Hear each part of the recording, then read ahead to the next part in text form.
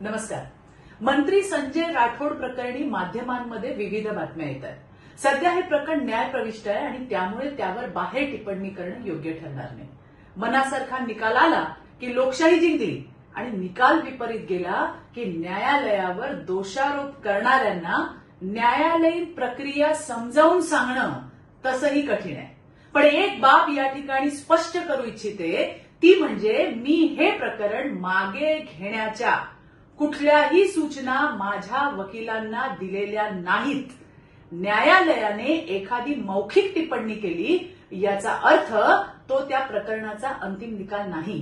न्यायालयात हे प्रकरण सध्या सुरू आहे आणि तिथे मेरिटवरच निर्णय होईल हा माझा ठाम विश्वास आहे.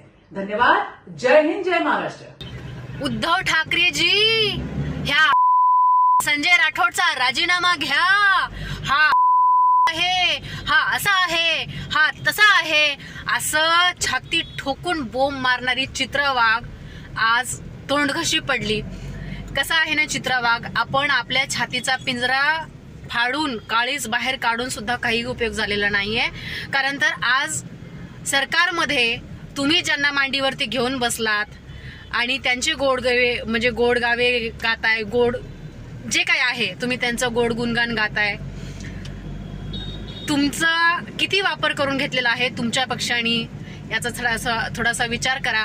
आणि आता तरी आदरणीय उद्धव साहेबांवरती बोंबलणं भुंकणं, संजय राऊत साहेबांवरती बोंबलणं भुंकणं बंद कराल अशी अपेक्षा करते.